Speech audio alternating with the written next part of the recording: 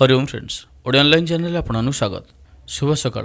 तो प्रत्येक दिन पर आज आसन जाना समस्त 12 राशि मान आज दिनटी आपण कौन रुभाशुभ और क्यों विषय आज आप सतर्क रे सहित आज पंचांग जाना कि पूर्व आसन जाना कि आज देवाभिषेक पूर्णिमा शास्त्र मानक पूर्णिमार बहुत ही महत्व विचार कर आज दिन में आप जहाँ भी किसी दान धर्म करेंगे ताहार 4 गुणा अधिक फल आपको प्राप्त हो।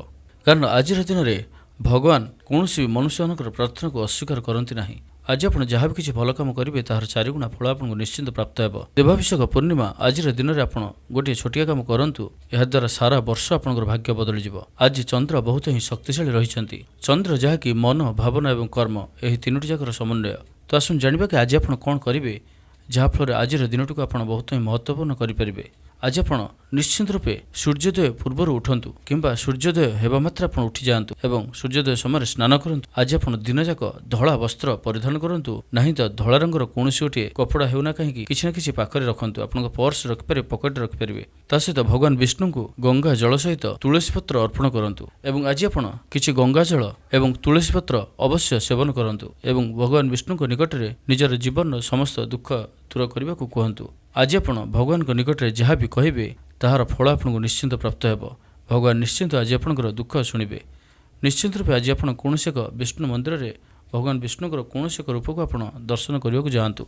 मन आपंकर शांत रहा भी आप नेगेटिविटी रोचे सब दूर हो। आज आप आउ गोटे कम करूँ शिवलिंग जल सहित किछि क्षीर अर्पण करंतु एवं ओम नमः शिवाय यह मंत्रटी को 108 थर जप करंतु। 7टी त्रिशाखा बेलपत्र जहाँकि अक्षत होइथिबो भगवान शिव को आज अर्पण करंतु। जदि आप धन वृद्धि पाई आज दिन में किसी उपाय करने चाहते तो आज आप किसी सफा धला रंगर चाउल और क्षीर क्या दान करंतु। घर आलमारी को आज आप सफा सुतरा रखंतु एवं आज आप माँ लक्ष्मी पूजा अर्चना करंतु। देखिए आपंकर आयर मार्ग खोल एवं ऋण आपंकर ह्रास हो। चाकरी और क्यारियर पर आज आप गुरु एवं वयस्क लोक आज प्रणाम करंतु।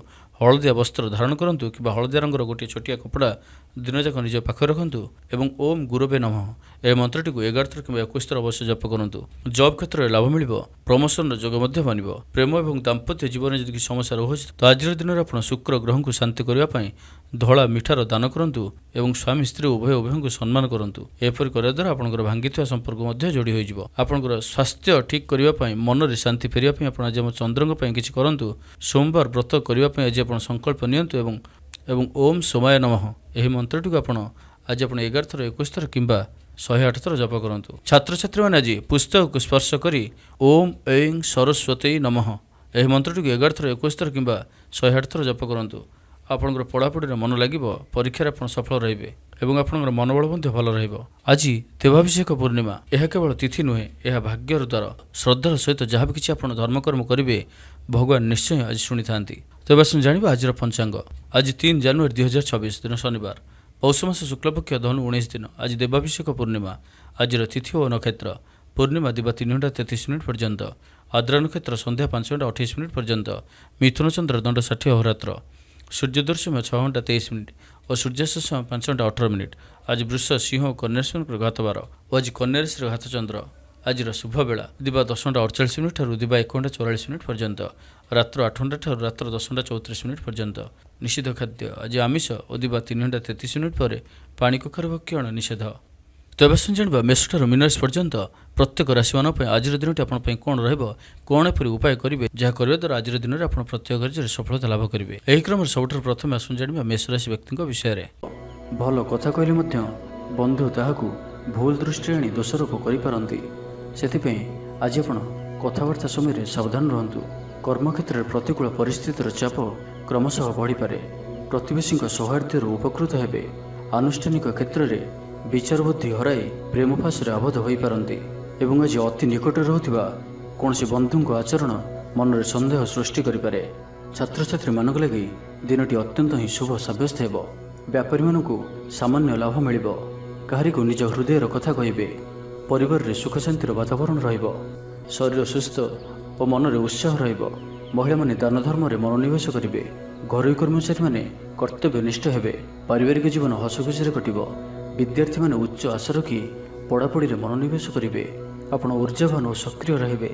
प्रत्येक कार्य में सफलता प्राप्त करेंगे। ऑफिस रे समस्त सहित बढ़िया तालमेल रहिबो। निर्दिष्ट समय भितर ସମସ୍ତ କାମ ସମ୍ପନ୍ନ କରିବା ହେତୁ ମନ ଶାନ୍ତ ରହିବ।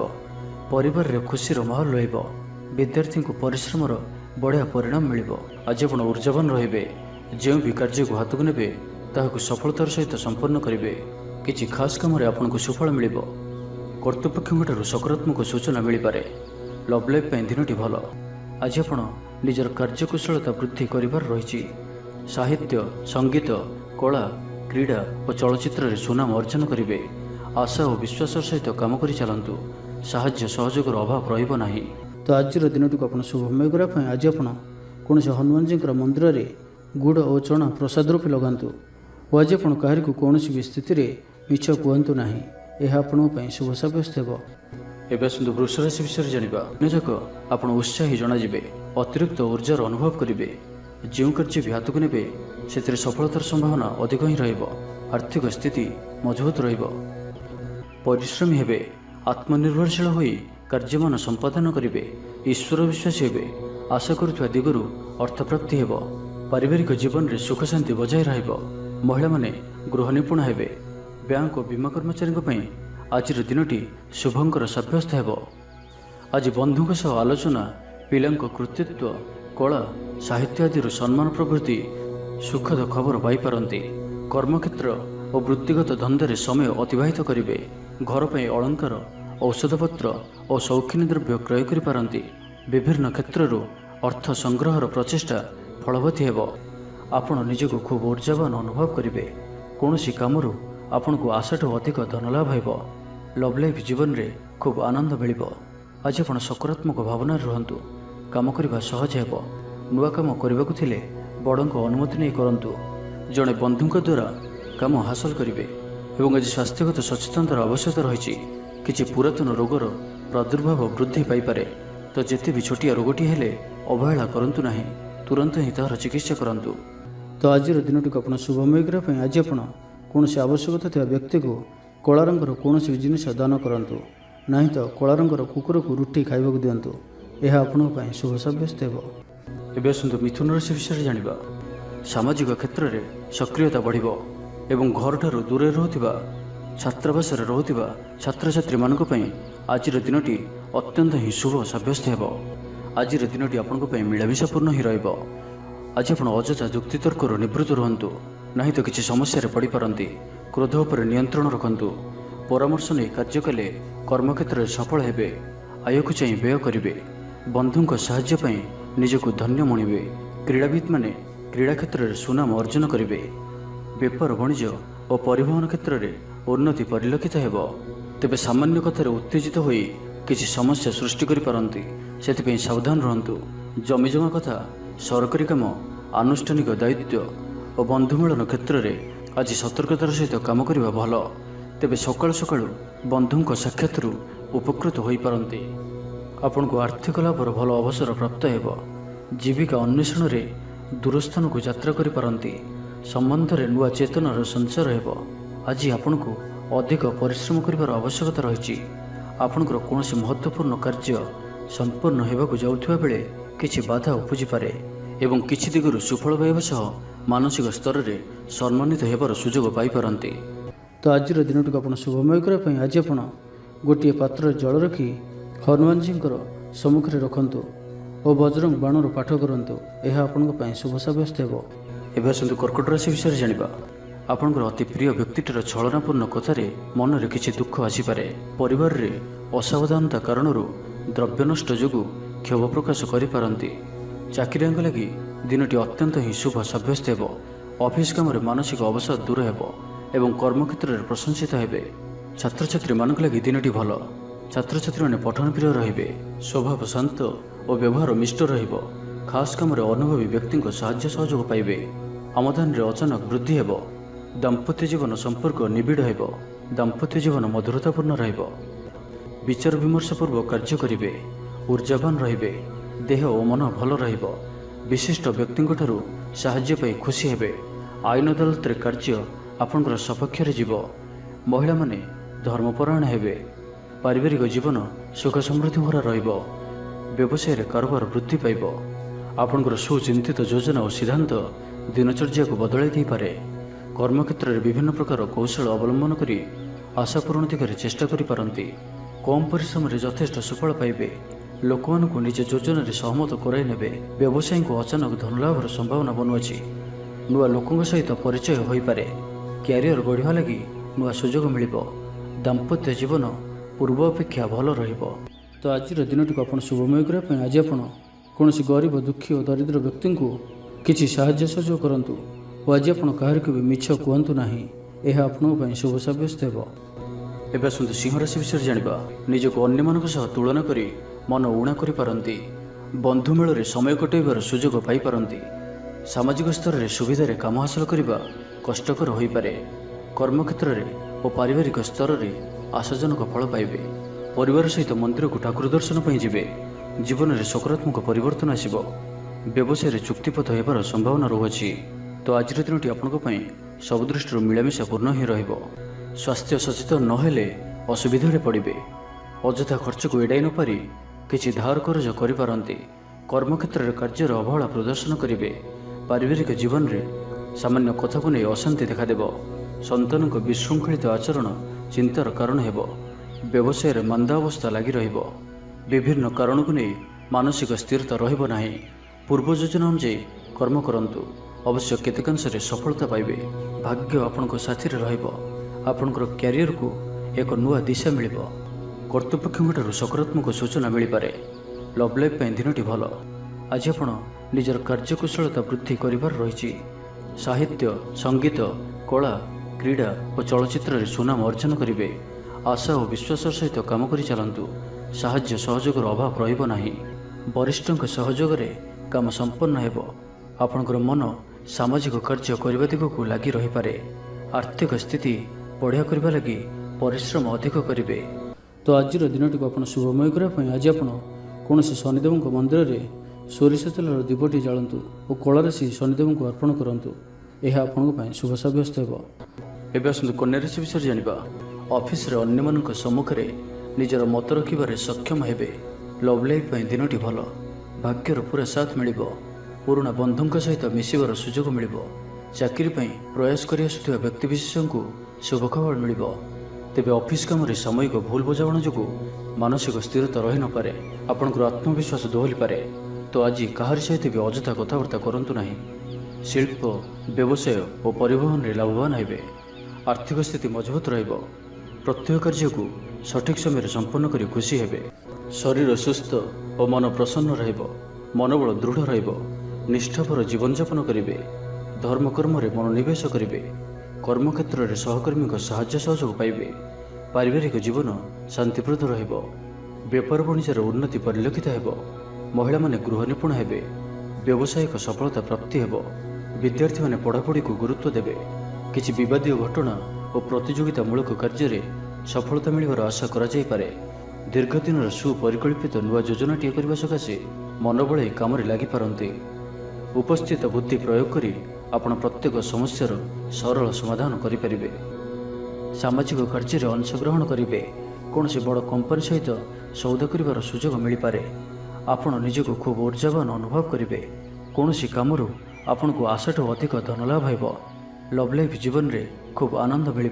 तो आज दिनटी को आप शुभमय करने आज आप कौन कला रंगर कुकुर कला रंगर गाई किंबा कला रंगर पिंपुड़ी मानू किसी खाइबा दिंतु। यह आपण शुभ सब्यस्त हो।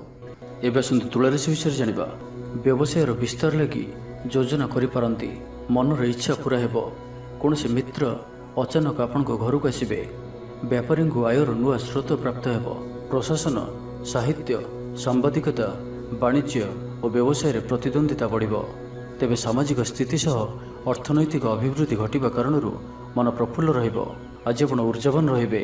जो भी कार्य को हाथ को नेबे ताहाकु सफलतार सहित संपन्न करेंगे। किछि खास काम रे आपनको सुफल मिलिबो। कर्तृपक्षों सकारात्मक सूचना मिल पारे। लव लाइफ दिनटी भल। छात्र छात्री माने पठन प्रिय रहिबे। शरीर सुस्थ और मन प्रसन्न रहिबो। समय अनुवर्ती होई समस्त कार्य संपादन करेंगे। आय मध्यम धरण रहिबो। अपराह्न रे बंधु मिलन संघ को भोजन प्राप्त हेबो। सुस्वादु भोजन प्राप्त करेंगे। पारिवारिक जीवन में परस्पर प्रति स्नेह ममता अतुट रहिबो। आपण ठीक समय ठीक निष्पत्ति नहीं प्रशंसित हेबे। प्रत्येक क्षेत्र में ପ୍ରତିବନ୍ଧକକୁ ଦୃଢ଼ତାର ସହିତ ସମ୍ମୁଖୀନ ହୋଇ କାମ ହାସଲ କରିବେ। ନିକଟସ୍ଥ ପାଖ ପଡ଼ୋଶୀମାନେ ଆପଣଙ୍କଠାରୁ କିଛି ସହାୟତା ଆଶା କରିପାରନ୍ତି। ସଙ୍ଗୀତ, କଳା, ସାହିତ୍ୟ ଓ କ୍ରୀଡ଼ା କ୍ଷେତ୍ରରେ ସାମାନ୍ୟ ସମସ୍ୟା ଦେଖାଦେଇପାରେ, କିନ୍ତୁ ସାମାଜିକ ସ୍ଥିତି ସହ ଅର୍ଥନୈତିକ ଅଭିବୃଦ୍ଧି ଘଟିବା କାରଣରୁ ମନ ପ୍ରଫୁଲ୍ଲ ରହିବ। କୌଣସି ବନ୍ଧୁଙ୍କ ଦ୍ୱାରା ପ୍ରତାରିତ ହୋଇପାରନ୍ତି, ଯେଉଁ କାରଣରୁ ଆପଣଙ୍କର କାମଟି ଅପୂର୍ଣ୍ଣ ରହିଯିବ। ତ ଆଜିର ଦିନଟିକୁ ଆପଣ ଶୁଭମୟ କରିବା ପାଇଁ ଆଜି ଆପଣ କୌଣସି ଏକ ଅସ୍ତସ୍ତ ଗଛର ମୂଳରେ ସୋରିଷ ତେଲର ଦୀପଟିଏ ଜାଳନ୍ତୁ ଓ ଆଜି ଆପଣ କାହା ଉପରେ ବି ନିଜର ପ୍ରଶଂସା କରନ୍ତୁ ନାହିଁ। ଏହା ଆପଣଙ୍କ ପାଇଁ ଶୁଭ ସାବ୍ୟସ୍ତ ହେବ। ଏବେ ଆସନ୍ତୁ ବିଚାରାଶୀ ବିଷୟରେ ଜାଣିବା। ନିଜ କାମରେ ନିଜେ ଫଇସଲା କରି ସନ୍ତୁଷ୍ଟ ହେବେ। ଅଫିସରେ ବରିଷ୍ଠଙ୍କ ସାହାଯ୍ୟ ପାଇବେ। ସଭା ସମିତି କିମ୍ବା ଅଫିସିଆଲି ଆଲୋଚନା ପରିସରରେ ବନ୍ଧୁଙ୍କ ଯୁକ୍ତିକୁ ଗ୍ରହଣ କରିବାକୁ ବାଧ୍ୟ ହେବେ। ବ୍ୟବସାୟ, ପରିବହନ, ଶିଳ୍ପରେ କ୍ଷତିର ଭରଣ କରିବା ସକାଶେ ଚେଷ୍ଟା କରିବେ। ସମସ୍ୟା ଅପରିବର୍ତ୍ତିତ ରହିଥିଲେ ମଧ୍ୟ ସାମୟିକ ଭାବରେ କିଛିଟା ଲାଘବ ହେବାର ଅନୁଭବ କରିବେ। ନିର୍ଦ୍ଦିଷ୍ଟ ବ୍ୟକ୍ତିଙ୍କ ଖୋଜ ଖବର, ନୂତନ ଚୁକ୍ତିପତ୍ର ସ୍ୱାକ୍ଷର ଓ ନୂତନ ସ୍ଥାନକୁ ଯାତ୍ରା କରିପାରନ୍ତି। ଯୋଗାଣ କାରବାର ଓ ପରିବହନ ପାଇଁ ବିଶେଷ ଅସୁବିଧା ହେବ ନାହିଁ। ବନ୍ଧୁ ଗହଣରେ ଆଜିର ଅଧିକାଂଶ ସମୟ ଆଳାପ ଆଲୋଚନା ମଧ୍ୟରେ କଟାଇ ପାରନ୍ତି। ପାରିବାରିକ ସ୍ଥିତି ସୁଦୃଢ଼ ହେବ। ରାଜନୀତି କ୍ଷେତ୍ରରେ ସହକର୍ମୀଙ୍କ ସହ ବିବାଦ ଦୂର ହୋଇଯିବ। କର୍ମକ୍ଷେତ୍ର ସହଜ, ସରଳ ଓ ଶାନ୍ତିପ୍ରଦ ରହିବ। ରୋଜଗାର ମଧ୍ୟମ ଧରଣର ହେବ। ବିଦ୍ୟାର୍ଥୀମାନେ ଉଚ୍ଚ ଅଭିଳାଷୀ ହେବେ। ପଡ଼ୋଶୀଙ୍କ ସହ ସୁସମ୍ପର୍କ ବଜାୟ ରହିବ। ମଙ୍ଗଳଜନକ କାର୍ଯ୍ୟ ଯେପରି ଗୃହ ଉପଯୋଗୀ ପ୍ଲଟ୍, ବିଦ୍ୟୁତ୍ ବ୍ୟବସାୟ ଓ ମୃତ୍ତିକା ସମ୍ବନ୍ଧିତ କାର୍ଯ୍ୟ ପାଇଁ ଆଜିର ଦିନଟି ଅତ୍ୟନ୍ତ ଶୁଭ। ଆଜି ଆପଣ ଉର୍ଜାବାନ ରହିବେ। ଯେଉଁ ବି କାର୍ଯ୍ୟକୁ ହାତକୁ ନେବେ ତାହାକୁ ସଫଳତାର ସହିତ ସମ୍ପନ୍ନ କରିବେ। କିଛି ଖାସ୍ କାମରେ ଆପଣଙ୍କୁ ସୁଫଳ ମିଳିବ। କର୍ତ୍ତୃପକ୍ଷଙ୍କଠାରୁ ସକାରାତ୍ମକ ସୂଚନା ମିଳିପାରେ। ଲଭ୍ ଲାଇଫ୍ ପାଇଁ ଦିନଟି ଭଲ। ଛାତ୍ରଛାତ୍ରୀମାନେ ପଠନପ୍ରିୟ ରହିବେ। ପରିବାରରେ ସ୍ଥିତି ଠିକ୍ ରହିବ।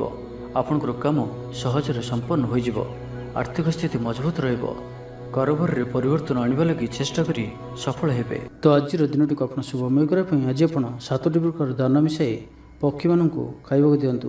7ଟି ପ୍ରକାର ଦାନା ଓ କିଛି ପାଣି ରଖି ଆପଣଙ୍କର ଘରର ଛାତ ଉପରେ କିମ୍ବା ଘର ବାହାରେ ଖୋଲା ସ୍ଥାନରେ ରଖିଦିଅନ୍ତୁ। ଏହା ଆପଣଙ୍କ ପାଇଁ ଶୁଭ ସାବ୍ୟସ୍ତ ହେବ।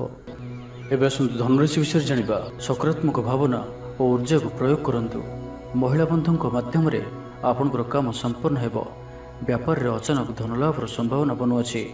ଛାତ୍ରଙ୍କୁ ପରିଶ୍ରମର ଫଳ ନିଶ୍ଚୟ ମିଳିବ। କୌଣସି କାମ ଲାଗି ଆପଣଙ୍କ ମନରେ ନୂଆ ବିଚାର ଆସିବ। ରାଜନୀତିରେ ଲାଭ ପାଇବାର ସୁଯୋଗ ମିଳିବ। ପରିବାରରେ ଲାଗି ରହିଥିବା ସମସ୍ୟାମାନଙ୍କର ସମାଧାନ କରିବାରେ ସଫଳ ରହିବେ। ମାତ୍ର ନିଜ ଅବହେଳାରୁ ଅନ୍ୟ ବାଟରେ ବ୍ୟୟ ହେବା ଆଶଙ୍କା ଦେଖାଦେବ। ଆୟ ଓ ବ୍ୟୟ ସମାନ ରହିବ। ବିଦ୍ୟାର୍ଥୀମାନେ ପଢ଼ାପଢ଼ିକୁ ଗୁରୁତ୍ୱ ଦେବେ। ରାଜନୀତିରେ ମହିଳାମାନେ ସକ୍ରିୟ ରହିବେ। ବ୍ୟାଙ୍କ ଓ ବୀମା କର୍ମଚାରୀଙ୍କ ପାଇଁ ଦିନଟି ଅତ୍ୟନ୍ତ ହିଁ ଶୁଭ ସାବ୍ୟସ୍ତ ହେବ। ଦିନଟି ଆପଣଙ୍କ ପାଇଁ ମଙ୍ଗଳମୟ ସାବ୍ୟସ୍ତ ହେବ। ମନ ପବିତ୍ର ଓ ନିର୍ମଳ ରହିବ। ସେବା ପୂଜାରେ ମନୋନିବେଶ କରିବେ। ପରିଶ୍ରମୀ ହେବେ। କର୍ମକ୍ଷେତ୍ରରେ ଉପରିସ୍ଥ ଅଧିକାରୀଙ୍କ ପ୍ରଶଂସା ଭାଜନ ହେବେ। ବିଭିନ୍ନ ପାରିବାରିକ ସମସ୍ୟାକୁ ନେଇ ନିଜେ ଅସୁବିଧା ଭିତରେ ଚଳୁଥିଲେ ମଧ୍ୟ ବନ୍ଧୁଙ୍କ କାମରେ ଯଥାସାଧ୍ୟ ସାହାଯ୍ୟ କରିବେ। କବି ଓ ଲେଖକମାନେ ସରକାରୀ ସ୍ତରରେ ସମ୍ମାନିତ ହେବେ। ଜମିବାଡ଼ି ସମ୍ପର୍କିତ ଝାମେଲାର ପରିସମାପ୍ତି ଘଟିବ। ପୂଜା ଉପକରଣ ବ୍ୟବସାୟୀମାନେ ଭଲ ଲାଭ ପାଇବେ। ଆଇନ ଅଦାଲତ, ସାମୂହିକ କାର୍ଯ୍ୟ, ସଂଗଠନ, ଟେକ୍ନିକାଲ ସମ୍ବନ୍ଧିତ କାର୍ଯ୍ୟ, ଲୌହ ସମ୍ବନ୍ଧିତ ବ୍ୟବସାୟରେ ସୁଫଳ ପାଇବେ। ବ୍ୟବସାୟ, ପରିବହନ, ସଭାସମିତି ଓ ପ୍ରଶାସନିକ କ୍ଷେତ୍ରରେ ସମସ୍ୟା ସମାଧାନ ହୋଇଯିବ। ତେବେ କିଛି ପୁରାତନ ରୋଗ ପ୍ରଭାବରୁ ଦୈହିକ ଦୁର୍ବଳତା ଯୋଗୁଁ ମନୋବଳ କମିଯାଇପାରେ। ଆର୍ଥିକ ଅନାଟନ ଲାଗି ରହିଲେ ମଧ୍ୟ ପରିସ୍ଥିତିକୁ ସମ୍ଭାଳି ନେବେ। ତ ଆଜିର ଦିନଟିକୁ ଆପଣ ଶୁଭମୟ କରିବା ପାଇଁ ଆଜି ଆପଣ ମାଙ୍କଡ଼ମାନଙ୍କୁ ଗୁଡ଼ ଓ ଗହମ ଖାଇବାକୁ ଦିଅନ୍ତୁ। ଯଦି ମାଙ୍କଡ଼ ନ ମିଳନ୍ତି ତ କଳା କୁକୁରକୁ ରୁଟି ଖାଇବାକୁ ଦିଅନ୍ତୁ। ଏହା ଆପଣଙ୍କ ପାଇଁ ଶୁଭ ସାବ୍ୟସ୍ତ ହେବ। ଏବେ ଆସନ୍ତୁ ମକର ରାଶି ବିଷୟରେ ଜାଣିବା। ମନରେ ଧାର୍ମିକ ଭାବନା ଉଦୟ ହେବ। ସାର୍ବଜନିକ କାର୍ଯ୍ୟରେ ସହଭାଗିତା କରିବେ।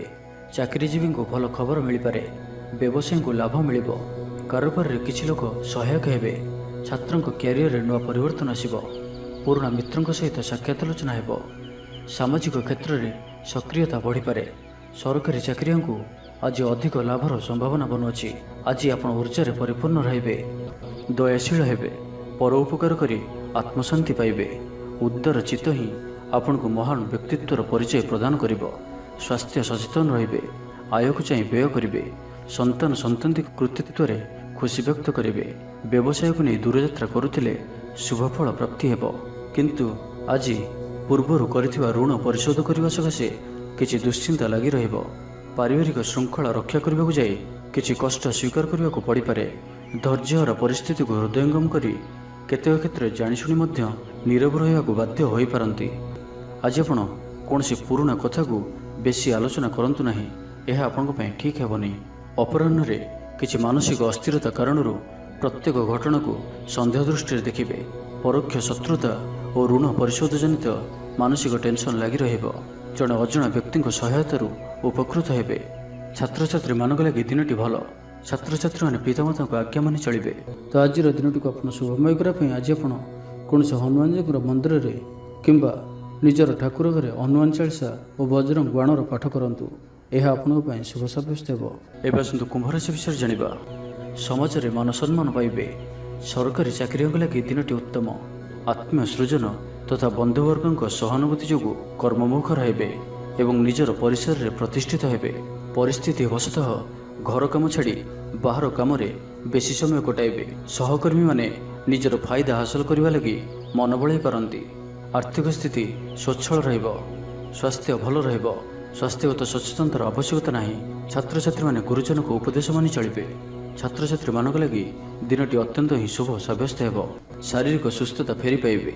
କାର୍ଯ୍ୟାଳୟରେ ଉପରିସ୍ଥ ଅଧିକାରୀଙ୍କ ବିଚାର ବିମର୍ଶ କରି କାର୍ଯ୍ୟମାନ ସମ୍ପାଦନ କରିବେ। ଆୟ ସ୍ଥିର ରହିବ। କବି ଓ ଲେଖକମାନେ ସରକାରୀ ସ୍ତରରେ ସମ୍ମାନିତ ହେବେ।